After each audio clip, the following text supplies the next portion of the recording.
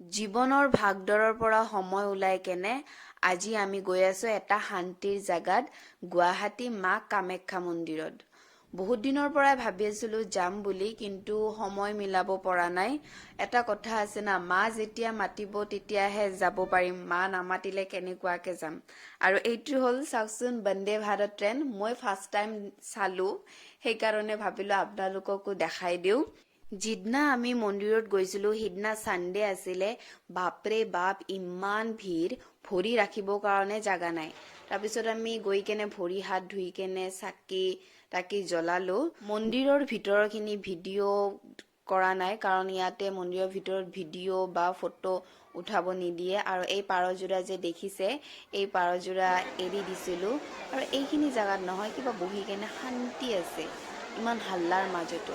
আৰু আজিৰ কাৰণে ভিডিঅ'টো এইখিনিতে শেষ কৰিলোঁ। আৰু আপোনালোকৰ যদি মোৰ ভিডিঅ'বোৰ চাই ভাল লাগে, মোৰ চেনেলটো সোনকালে প্লিজ ছাবস্ক্ৰাইব কৰি দিব। তো আকৌ লগ